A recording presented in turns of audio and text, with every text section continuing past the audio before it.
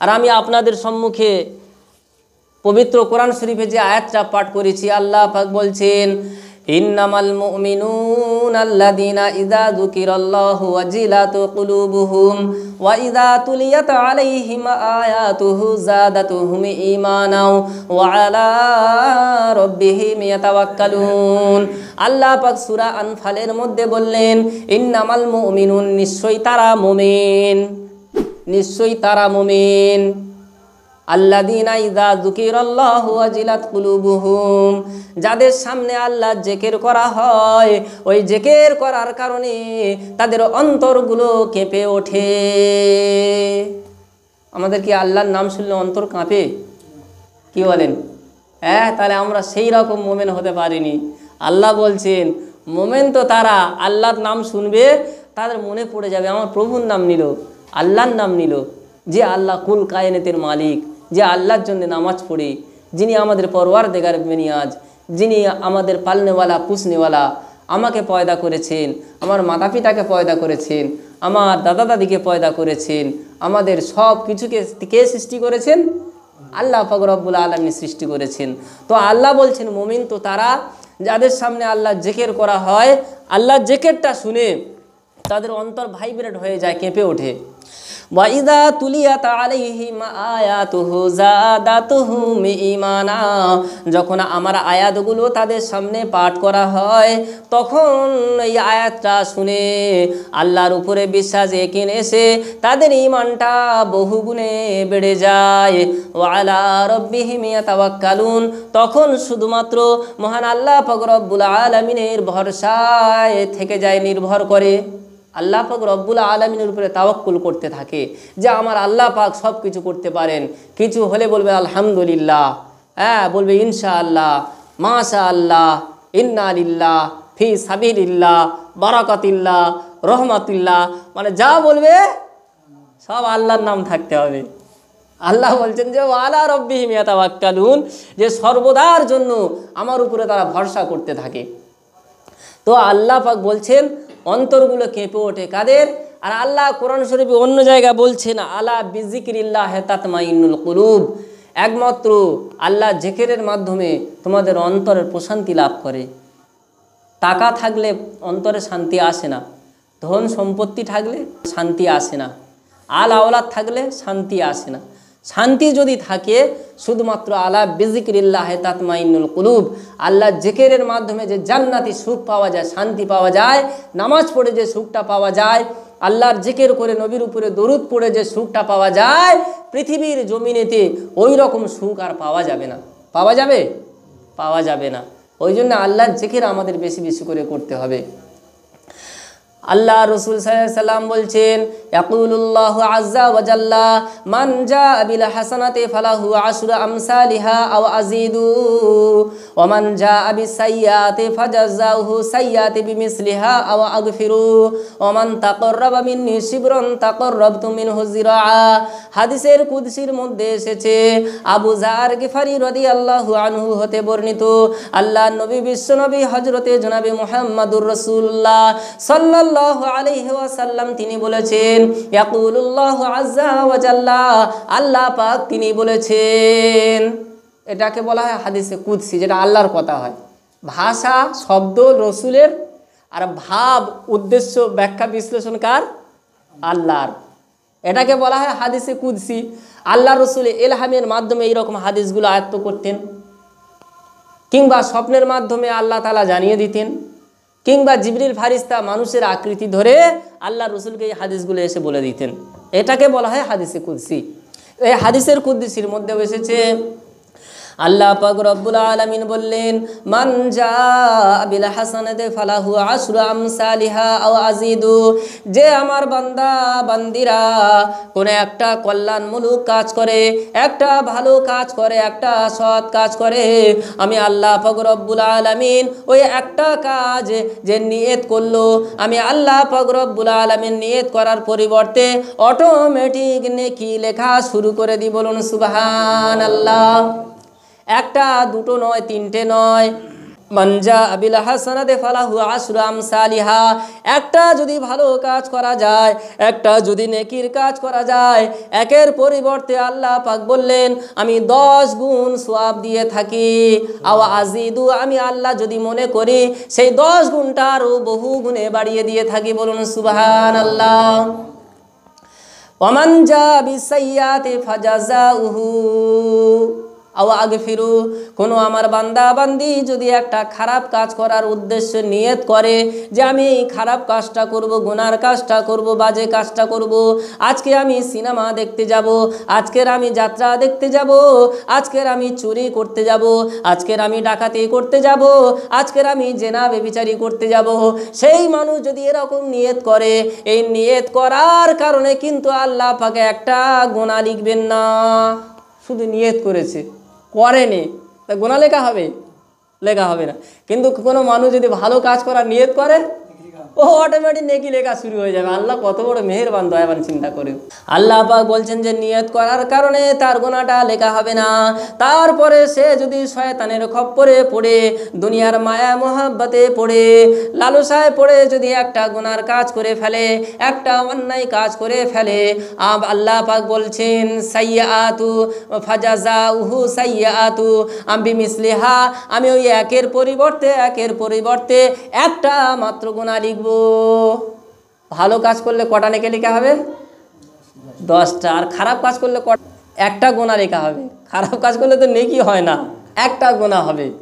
আল্লাহ পাক বলছেন আওয়াগ ফিরু, সে যদি রাতের আঁধারে চিন্তা করে আমার এই পাপ কাজটা করা ঠিক হয়নি, আমার অন্যায় হয়ে গেছে, অপরাধ হয়ে গেছে, এ রব্বি আল্লাহ গফুরুর রহিম লা তাকনাতু মির রহমাতিল্লাহ।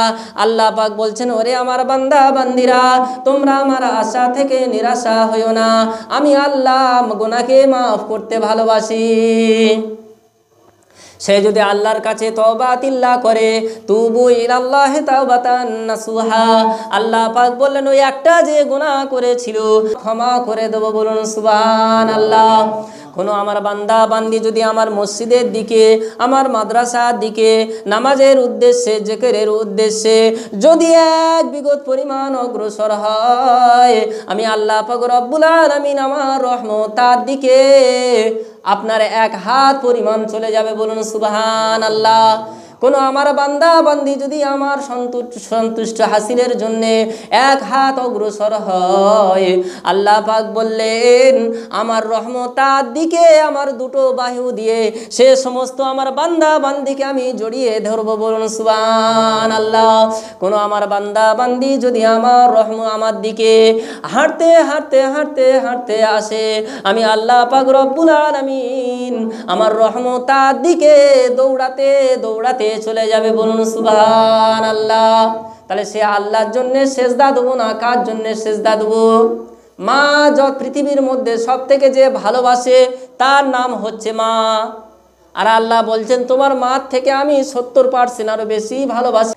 এক মন্দিরে এক ব্যক্তি রোজ সকালে ঢোকে, ঘরে স্নান করে সকালবেলায় উঠে ওই মূর্তির ঘরে ঢুকে ঠাকুরের কাছে গিয়ে বলে সনম সনম, মানে সে ঠাকুরটা না, যে দুর্গা কালী গণেশ নাম হয় না, যেরকম আরবে লাত মানাত হুজ্জা হবল নাম ছিল, তো সে যে ঠাকুরটাকে পূজা অর্চনা করতো তার নাম হচ্ছে সনম। 40 বছর সনম সনম করেছে। সনম, এ সনম তুমি আমাকে সাহায্য করো, এ সনম তুমি ভগবানের সঙ্গে মিল করে দাও, এই রকম পূজা অর্চনা করতো। কিন্তু একবার ভালো করে পবিত্র পরিচ্ছন্ন হয়ে স্নান করে মন্দিরের ঘরে ঢুকে বলছে সনমের জায়গায় জিভ ফসকে সামাদ বলে ফেলেছে। যেই সামাদ বলে ফেলেছে, আসমান থেকে আল্লাহ পাক বলছেন লাব্বাইকা ইয়া আব্দি, হে আমার বান্দা তোর কি হয়েছে বল, তুই আল্লাহ আমার কাছে যেটা চাইবি আমি আল্লাহ পাক রব্বুল আলামিন তোকে সেটা দিয়ে দেব। বলুন সুবহানাল্লাহ। ফেরেশতারা বলছে ওগো আল্লাহ, ও তো অরিজিনাল ডাকেনি, বলে ও তো জিভ ফসকে বলে ফেলেছে। আল্লাহ পাক বলছেন এ আমার ফারিস্তা মণ্ডলী, আমি তো সেই আশায় বসেছিলাম ও কবে একবার জিভ স্লিপকে অন্তত আমি আল্লাহ আমাকে ডাকবে, আর আমি সঙ্গে সঙ্গে বললে লাব্বাইকা ইয়া আব্দি, আমার বান্দা বান্দি কি হয়েছে বলো। তাহলে বলার উদ্দেশ্য যে আল্লাহ পাক কত বড় মেহেরবান, আল্লাহ পাক কত বড় দয়াবান, সেই দয়ার কাছে কিছুই টিকবে না। শুধু আমরা আল্লাহর বান্দাবান্দি হয়ে যদি আল্লাহ যে ফরজে আইনগুলো দিয়েছেন সেগুলো আমাদের ভালো করে পালন করতে হবে। একবার দরুদ শরীফ পড়ে নেন, আল্লাহুম্মা সাল্লি আলা। দিন কায়েমের তরে যারা অবিচল, তারাই তো আল্লাহর প্রিয়জন। বাতিলের কাছে যারা হার মানে না, সংগ্রাম করে যায় আজীবন। হেরার আলোতে যারে হৃদয়ে রঙিন, হাতে আল কোরআনের দীপ্ত সঙ্গীন। সত্যের পথে যারা নিবেদিত প্রাণ, সত্যের পথে যারা নিবেদিত প্রাণ, শত্রুকে কবু ভয় পায় না। যাদের হৃদয়ে আছে আল্লাহর ভয়, তারা কভু পথ ভুলে যায় না। আল্লাহর প্রেম ছাড়া এই দুনিয়ায় কারোর কাছে কোনো কিছু চায় না। বলো লা ইলাহা ইল্লাল্লাহ, লা ইলাহা ইল্লাল্লাহু মুহাম্মাদুর রাসূলুল্লাহ সাল্লাল্লাহু আলাইহি সাল্লাম।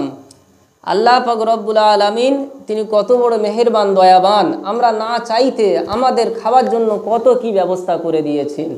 ওমা মিন দাব্বাতিন ফিল আরদি ইল্লা আলাল্লাহি রিজকুহা ফালইয়াবুদু রাব্বা হাযাল বাইতিল্লাযী আত'আমাহুম মিন জু' ওয়া আমানাহুম মিন খাউফ। অতঃপর যারা আমার ঘরের দিকে ইবাদত বান্দিগি করবে, নামাজ পড়বে, আমি আল্লাহ তাদের খিদা পেলে খেতে দেব। বলুন সুবহানাল্লাহ। এক মহিলা জেন চেপেছে, বুঝতে পেরেছেন? এক মহিলা জেন চেপেছে, আর তার বাপ সে মাথা খারাপ হয়ে যাচ্ছে, এর ডেকে আনছে, ওর ডেকে আনছে, হেন করছে, ত্যান করছে, সে কোনো রকমভাবে ওই জেনটাকে ছাড়ানো যাচ্ছে না। আর কোথা থেকে খবর পেয়েছে বলে, তোমাদের যে পাশের গ্রামে মসজিদ আছে, ওই মসজিদে যে মুয়াজ্জিন আছে সে জেন ছাড়াতে পারে। হ্যাঁ, অথচ মুয়াজ্জিন কিছু জানে না, শুধু আজান দেয়, কিছু জানে না। এবার যা জানে তো ইমাম সাহেব, কিন্তু কারোর মুখ থেকে শুনে যে মুয়াজ্জিন ভালো পারে। আর সেই লোকটা ছুটে ছুটে সেই মুয়াজ্জিনের দরবারে চলে গেছে। মুয়াজ্জিন সাহেব, আমি শুনলাম আপনি নাকি খুব ভালো তদবির করেন, জিন টিন ছাড়ান, চলুন না, আমার মেয়ের জিন চেপেছে, কেউ ছাড়াতে পারছে না, আপনি চলুন একটু জিনটা ছাড়িয়ে দেবেন। বলে না, আমি ওই জিন টেন ছাড়াতে পারি না, আমি কখনো ছাড়াই না, আর আমি তো এই মুয়াজ্জিন সাহেব, তো আমি ওই সব পারি না। বলে হুজুর, আপনার হাতে ধরি, পায়ে ধরি, আপনার যত টাকা ফিজ লাগে অন্তত 500 টাকা যদি দিতে হয় তাও দেবো, আপনি চলুন। হ্যাঁ, আজ থেকে অনেক বছর আগে 500 টাকার অনেক দাম। সে 500 টাকার নাম শুনে চিন্তা করতে 500 টাকা দেবে। ও আমি পারি আর না পারি অন্তত যাব, মৃত্যু হয় হবে। ওই টাকাটা বলে দেবো যে আমি যদি মরে যাই ওই টাকাটা আমার পরিবারের কাছে দিয়ে দেবে, আমার পরিবার ওটা নিয়ে খরচ করবে, এরকম বলে দিয়েছে। আর সেই মুয়াজ্জিন বাড়ি গিয়েছেন জেন ছাড়াতে। আর যখন গেটের কাছে ঢুকেছে আর সেই মহিলাটা হুংরি মারতেছে, হে বেটা, তুই এইছি, তুই আমার জিন ছাড়াবি, তোর বিদ্যে বুদ্ধি কত, তুই আমার জিন ছাড়াবি? হ্যাঁ, তোর সাহস তো কম নয়। এই কথা শুনে সে পেশা ফিরে ফেলবে এইরকম অবস্থা হয়ে গেছে, বুঝতে পেরেছে? মানে ভয় লেগে গেছে প্রচুর পরিমাণে। ও কোনো রকম ঘরের ভিতরে ঢুকে দরজা দিয়েছে, আর কোনো লোকজন নেই, ওর পা জড়িয়ে ধরেছে, ওই মহিলাটার পা জড়িয়ে ধরেছে। বলে, বাবু তুমি যেই পারে হও, বলে আমি তোমাকে ছাড়াতে আসি আর আমি ছাড়াতে পারিও না, আমি আগে থাকতে স্বীকার করে নিচ্ছি। বলে, বেটা তাহলে কেন এসেছিস বল? বলে, হুজুর আমাকে 500 টাকা দেবে, আমি গরিব মানুষ, যদি 500 টাকা দে আমার উপকার হয়, হোক না। বলো, অন্তত আপনার কাছে রিকোয়েস্ট করছি, আপনি 1 ঘন্টার জন্য একটু চলে যান, আপনি 1 ঘন্টা পরে ফের আসবেন, আপনারও কাজ হলো আমারও কাজ হলো, শর্ত সাপেক্ষ করে নিয়েছে। আর যখন কি করেছে, ওর পা জড়িয়ে ধরেছে, ওই জিনটা বলতে, বেটা তুই আমাকে রিকোয়েস্ট করছিস, ঠিক আছে আমি চলে যাচ্ছি, তবে 1 ঘন্টার জন্য নয়, আমি তোর কথার মর্যাদা রেখে আমি সারা জীবনের জন্য চলে যাচ্ছি। তাহলে কোনো মানুষকে যদি ভাই বলে একটা কথা বলা যায়, সে শুনবে।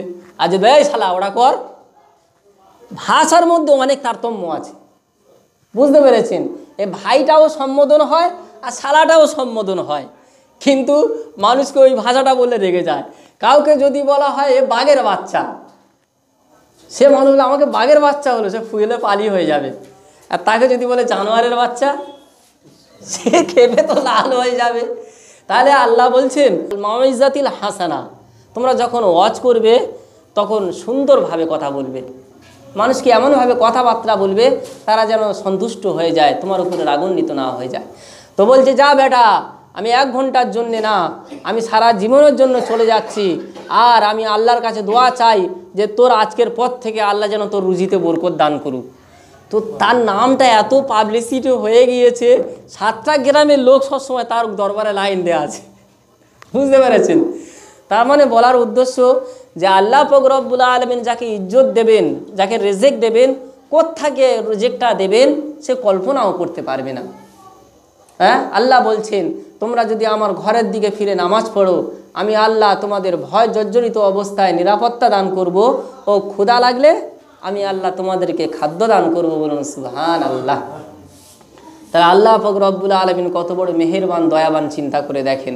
হ্যাঁ, হাদিসের মধ্যে এসেছে, তো আল্লাহর নবী বিশ্ব নবী হযরত জনাবে মুহাম্মদুর রাসূলুল্লাহ সাল্লাল্লাহু আলাইহি ওয়াসাল্লাম বলেছেন, কাল কিয়ামতের ময়দানে, হাসরের কঠিন বিচারের দিনে আল্লাহ পাক রব্বুল আলামিন ফয়সালা করে দেবেন, এরা জান্নাতের অধিবাসী, তোমরা জান্নাতে চলে যাও, তোমরা জাহান্নামের অধিবাসী। যে সমস্ত মুমিন বান্দা বান্দিরা যারা জান্নাতি বলে ঘোষণা হয়ে যাবে, আল্লাহ পাক রব্বুল আলামিনের সঙ্গে ঝগড়া লেগে যাবে। দুনিয়ার মধ্যে মানুষ মানুষের অধিকার আদায়ের জন্য কত না ঝগড়া করে। আমি বাবা ওস্তাগার কাজ করেছি, জরির কাজ করেছি, ওস্তাগার আপনি 2000 টাকা পাই, আপনি দেন।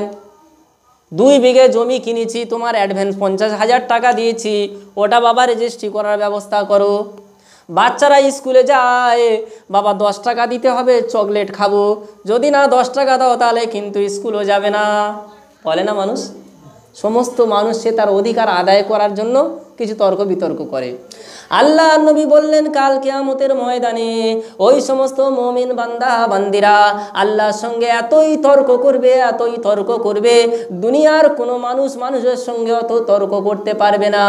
তারা বলবে ওয়ায়াকুলুনা রব্বানা ওয়া ইখওয়ানুনা ওয়া ইউসাল্লুনা মা'ানা ওয়া ইয়াহুজ্জুনা মা'ানা ওয়া ইয়াসুমুনা মা'ানা। ওগো আল্লাহ পাক রব্বুল আলামিন, আমাদের ওই সমস্ত ভাইরা, তাদের সঙ্গে আমরা একসাথে নামাজ পড়তে যেতাম, তাদের সঙ্গে একসাথে আমরা রোজা রাখতাম, তাদের সঙ্গে আমরা একসঙ্গে হজ করতে গিয়েছিলাম, কিন্তু আল্লাহ আমরা কেন জান্নাতে গেলাম আর তারা কেন জাহান্নামে গেল? ওগো আল্লাহ আপনি বলুন, একসাথে তো নামাজ পড়তাম, একসাথে তো রোজা রাখতাম, তারা কেন জাহান্নামী হয়ে গেল? আল্লাহর রহমতের দরিয়ায় জোশ উঠে যাবে। আল্লাহ পাক বলতে লাগবেন, ওরে আমার বান্দা বান্দিরা, মুমিন বান্দা বান্দিরা, কাল কিয়ামতের ময়দানে মুমিন বান্দা বান্দিরা আল্লাহর কাছে যেটা আবদার করবে, আল্লাহ পাক রব্বুল আলামিন সেই আবদারটা মেনে নেবে। বলুন সুবহানাল্লাহ। আল্লাহ পাক বললেন, ওরে আমার বান্দা বান্দিরা, মান আরাফতা রাজুলান ওয়া ইমরান, তোমরা চলে যাও জাহান্নামের পাড়ে, জাহান্নামের মধ্যে যে সমস্ত তোমার মান আরাফতা, যাদেরকে তোমরা চিনতে পারবে, সে ছেলে হোক কিংবা মেয়ে হোক, তোমাদের আত্মীয় স্বজন যাদেরকে তোমরা চিনতে পারবে, তোমরা জাহান্নামের আগুন থেকে তাদেরকে টেনে হিঁচড়ে বের করে এনো। ওই সমস্ত বান্দা বান্দিরা জাহান্নামের পাড়ের মধ্যে চলে যাবে, চলে গিয়ে দেখবে কারোর গোছা পর্যন্ত আগুন ধরে গেছে, কারোর কোমর পর্যন্ত আগুন ধরে গেছে, এই রকম আগুনের মধ্যে জর্জরিত হয়ে গিয়েছে, জ্বলে পুড়ে তারা কালো কয়লার মতো হয়ে গিয়েছে। মুমিন বান্দারা তাদেরকে চিনতে পারবে, তাদের হাতটা ধরে নিয়ে জাহান্নাম থেকে জান্নাতের মধ্যে নিয়ে চলে আসবে। বলুন সুবহানাল্লাহ। এই হাদিসটা যিনি বর্ণনা করছেন তিনি ওই রাবি বলছেন, তোমাদের যদি এই হাদিসটা বিশ্বাস না হয় তাহলে কোরআনের এই আয়াতটা তোমরা লক্ষ্য করতে পারো, ইন্নাল্লাহা লা ইয়াগফিরু আন ইউশরাকা বিহি ওয়া ইয়াগফিরু মা দুনা যালিকা লিমান ইয়াশা, সূরা নিসা। ইন্নাল্লাহা লা ইয়াগফিরু আন ইউশরাকা বিহি, একমাত্র শিরকের গুনাহটা আল্লাহ পাক ক্ষমা করবেন না। শিরক ছাড়া অন্য যে কোনো গুনাহ আমার আল্লাহ পাক রব্বুল আলামিন চাইলে ক্ষমা করে দিতে পারেন। বলুন সুবহানাল্লাহ। ক্ষমা করে দিতে পারে না? আল্লাহর সব মর্জি ইচ্ছা। আল্লাহ বলবে একে জান্নাতে দাও, জান্নাতে দেওয়া হবে। আল্লাহ বলবে একে জাহান্নামে দাও, জাহান্নামে দেওয়া হবে। আল্লাহর ইচ্ছা। আমরা যে ইবাদত করে জান্নাতে যাব কখনো হবে না। ইবাদতের মধ্যে কত তো ভুল ত্রুটি হচ্ছে। আল্লাহর রহমত না হলে কোনো মানুষ পার পাওয়া যাবে না। কিন্তু কাদের জন্য আল্লাহর রহমতটা হবে? যারা 5 ওয়াক্ত নামাজ পড়বে, যারা ইসলামের মধ্যে থাকবে, যারা আল্লাহকে পাওয়ার চেষ্টা করবে, রসুলকে পাওয়ার চেষ্টা করবে, রসুলের সুন্নাতকে আঁকড়ে ধরবে, কোরআন হাদিস মাফিক জীবনযাপন করবে, তারাই তো আল্লাহর রহমতের হকদার হবে। কি বলেন? তারাই হবে না। আমি সারাদিন কোনো মেহনত করব না, আর মালিকের কাছে গিয়ে বলবো হুজুর 500 টাকা মজুরি দেন। মালিক বলবে তোর লাঠি পেটা করছি, বেয়াদব কোথাকারে, তুই খাড়া খাটনি, কিছুই করিসনি, আর তুই মাইনে নিতে এসছি। তদ্রূপভাবে ওটা একদিনের বিষয়, আর এটা 60 বছরের বিষয়। আল্লাহ পাক আমাদেরকে পাঠিয়েছেন বালেগ হওয়ার পর থেকে মৃত্যু পর্যন্ত যা কিছু করেছে সব কিছুতে হিসাব দিতে হবে। আমরা যদি রাত জেগে জেগে আল্লাহর সন্তুষ্ট করার জন্য নামাজ পড়ি, মহিলার যদি স্বামীর খেদমত করে, বাচ্চা কাচ্চাদেরকে সুন্দর আখলাক চরিত্র শেখায়, তাদেরকে লালন পালন করে, রান্না বান্না ঠিকঠাক করে, হ্যাঁ, সব রসুলের সুন্নাত অনুযায়ী, মা ফাতেমাতুজ জোহরা খাদিজাতুল কুবরা রাদিয়াল্লাহু আনহার মতো, তাহলে তো কাল কিয়ামতের ময়দানে ইনশাআল্লাহ আজকের আমাদের নাজাতের ওসিলা বানিয়ে দেবে। আল্লাহ পাক রব্বুল আলামিন আমাদের সকলকে সঠিক বুঝ দান করুন। সকলে বলুন আল্লাহুম্মা আমিন। ওয়া আখির দাওয়ানা আলহামদুলিল্লাহি রাব্বিল আলামিন।